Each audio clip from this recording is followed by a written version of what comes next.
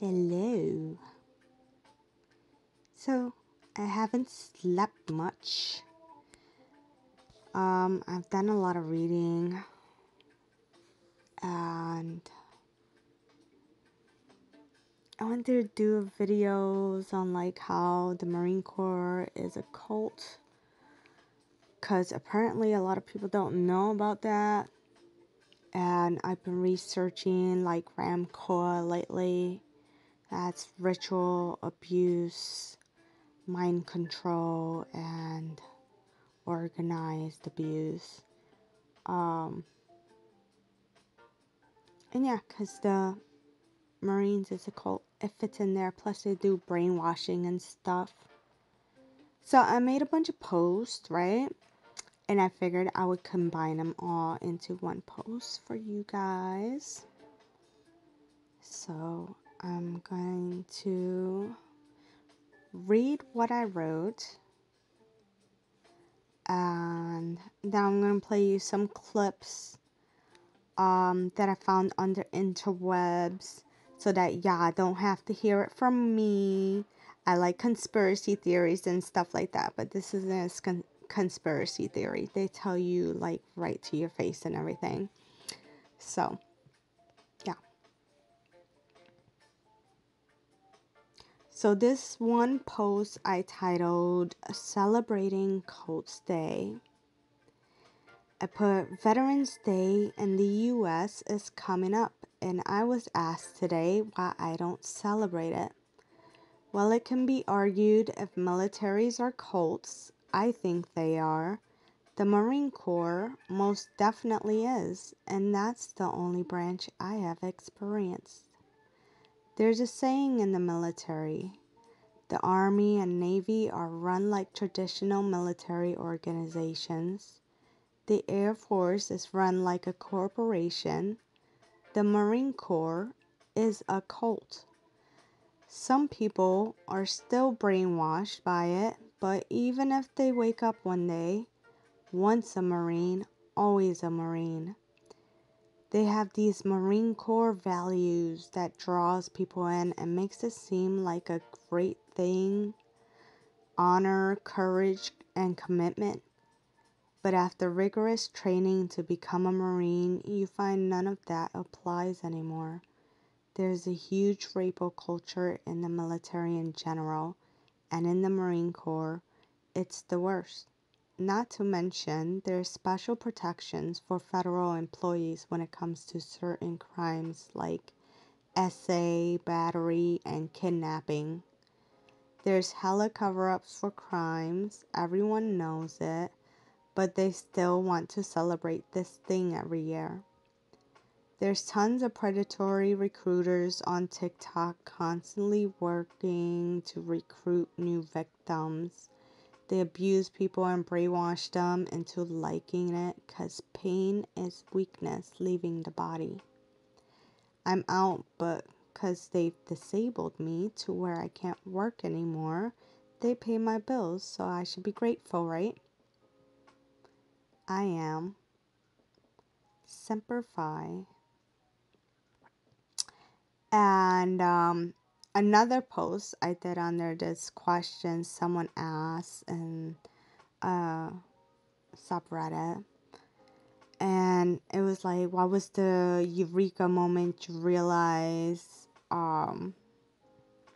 like organized abuse and stuff? In my case, I wrote, a few months ago, I learned all the traumas I experienced in the military was intentional. The Marines are said to be the few, the proud, because it's a much smaller branch compared to the others, the Army, Navy, and Air Force. For women Marines, the saying is the fewer, the prouder. A female vet made a comment that they just threw us to the dogs, and I was like, she ain't lying. In the Marines, as in most society, males are valued more. There's a lot of male Marines that don't think women belong in the Marine Corps, and although we are supposed to treat each other like brothers and sisters, female Marines are most often targeted for SA and other abuse. Anyone that reported got kicked out, most often with a BPD diagnosis that made sure they received no benefits. I was the only female in my platoon twice, so it's no wonder things turned out the way they did for me. In the span of a couple years, I had been SA'd many times by multiple men. Sometimes it was a group activity. I faced threats of murder. I faced attempted murder and kidnapping. I reported and they villainized me further, leading to my first mental breakdown and attempt, and then I got kicked out with a BPD diagnosis and no benefits. That was over 20 years ago, and as I said, it was only a few months ago I realized they did that shit on purpose. Fun fact, women Marines, aka WMs, were called walking mattresses. They might still be called that. I'm not sure. I know they've been working on making some changes since I've been in, because it's been like over 20 years and stuff. But when I looked it up, they said, like, you know, and those kind of crimes have gone up, actually. So I don't think they're doing a good job, and I don't really think they care to. Like, there's this whole big, political shit going on, like, all around the world, but like here in the US too. Like, we get our elections coming up, and I haven't heard any like candidate say anything about like making the US safer for bitches and shit, you know? They haven't said nothing about giving harsher punishments to people who SA other people and babies and children and adults. Because in the military, like, yeah, women are like targeted, but it happens to men too. So they don't even give a shit about them. So you don't care about them either. Ooh, I saw a Mia Khalifa clip. I should add that in here. I am. I gotta show you that first, because that was a good one. I really liked it. Well, yeah.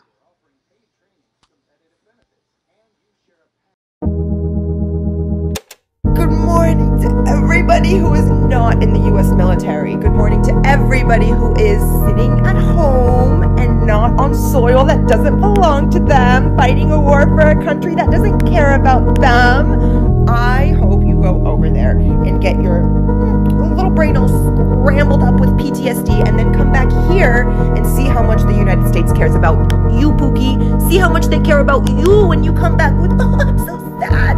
I piss my pants every time I see a falafel stand in Manhattan. Let's see how much the VA cares about you.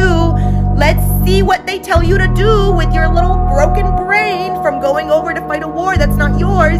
They're going to tell you to try breathing exercises, because the US government does not give a fuck about you once you cannot die for them. Once you're done, once you're a shell, they don't care about you. What did I say on Z-Way that one time? Yeah, I think that still stands.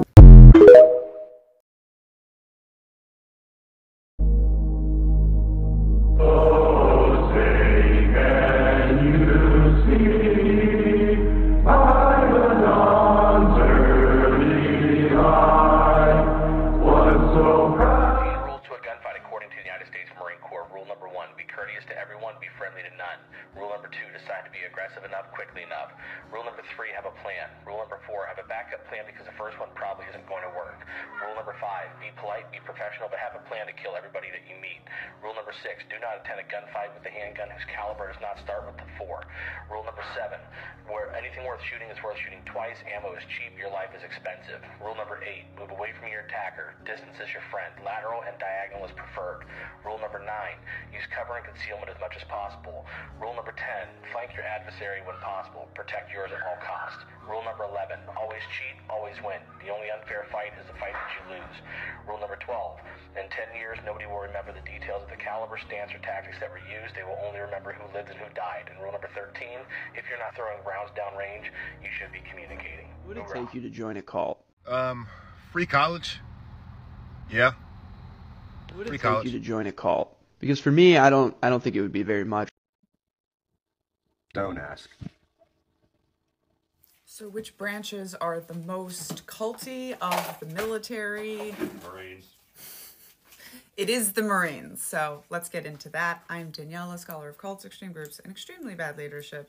And I famously wrote a book about the Army and paralleled it to the religious cult, the Children of God, that I grew up in. You can get autographed copies here. So I kept my examples Army specific because that's always smart to do when you're saying something controversial through your own experience. Or I tend to keep my examples Army specific. But for sure, we know that the Marines are the cultiest. There's actually kind of an old military joke that says the Army and the Navy are the only two branches of the military. The Air Force is a corporation and the Marines are a cult. And I've added, and the Space Force is a startup. But really the Marines, you know, they have a lot of this, like, we're the smallest one, we're the most elite kind of ideology that you hear in a cult. The Army is just kind of the biggest, the largest, does the most stuff. So the Army just accepts that they're the best, but the Marines like really program it into themselves. So it goes Marines, Army, Navy, Air Force for cultiness. And that is also the same exact pattern as which it is schmexually violent for women who serve in those branches. The worst is the Marines, then the Army, then the Navy, then the Air Force. And again, this is how we know it's a cultural thing. Marines are different. They like to think they're the best. Their culture is a warrior spirit. We consider ourselves warriors. We have an obligation to be the most ready when the nation is the least ready, and do the kinds of things that our country would ask of its elite warriors. The Marines are smaller than the other major military services. They're more oriented on combat. Throughout history, at times, killing is necessary. The Marines run to the sound of the guns. Marines understand that what they do is a brutal business, but they never lose their humanity. They're the most ancient of all the armed services. I say ancient, not primitive. They're arguably the most functional of all the armed services. They're a cult that works. They're a gang that's lawful. To me, it's the baddest fraternity on the planet that you can belong to. Semper Fidelis, always faithful. Most are exhausted, some struggling and in need of help from fellow recruits to make it. From all walks of America, and they're entrusted to us by their parents, their loved ones, their guardians, to take care of them, to make sure they're being taken care of. They're very valuable to us. First of all, because there's not many like them out in the civilian world that even have the courage to stand up and raise their right hand and take the oath. Once they come to us, we know we have to train them, we know we have to train them hard, and we have to train them right. And we're going to turn them into Marines by any means necessary. At that moment, that very particular moment, they know the training's begun and that life as they know it is pretty much over. It was the most disorienting thing I think I've ever done in my life. It's not like the boot camp experience at Parris Island with the yellow footprints on the ground, standing there in the dark. But in its own way, it's every bit as disorienting. Pick it up now! Let's go! Why is there so much trash still on the deck? Pick it up now! I mean, all of a sudden, what you did in high school and college and family and work history, none of that matters. Quick! You know, they shave your head and everybody's the same. I was thinking, what am I doing here? Why am I doing this? I should be lifeguarding this summer. Open your mouth. I gotta turn him up. Louder. Yes, Colonel Sergeant! Don't look at me! Yes, Colonel Sergeant! Nothing compares to seeing a Marine drill instructor in your face telling you what they are demanding of you. I ain't no daggone story. It's us, not story. Make them move! it's someone who they are absolutely intimidated by and they don't know what to do about it, so they really don't know how to react to this. Hurry up! Say something! Hurry up!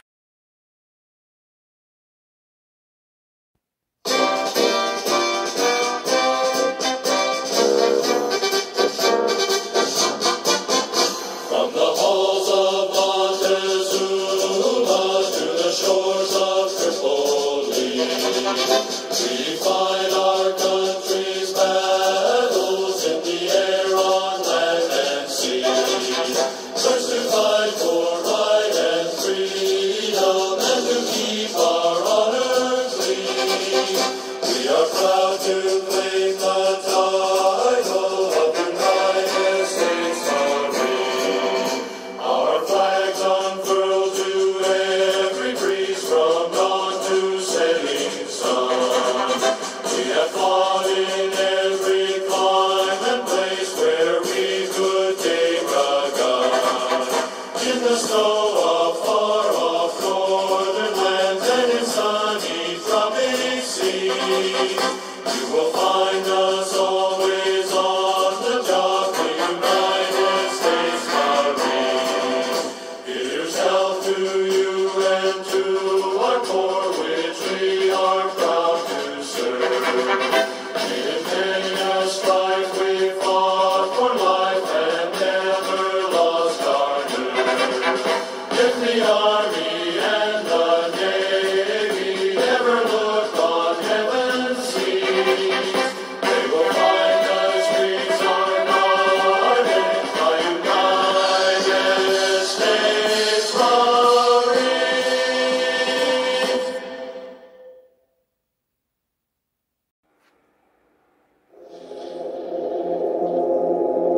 This is my rifle. There are many like it, but this one is mine. My rifle is my best friend. It is my life. I must master it as I must master my life. In battle, my rifle without me is useless.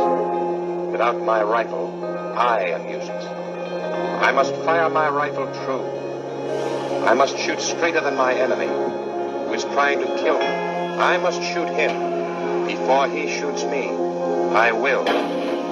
My rifle and I know that what counts in this war is not the rounds we fire, or the noise of our burst.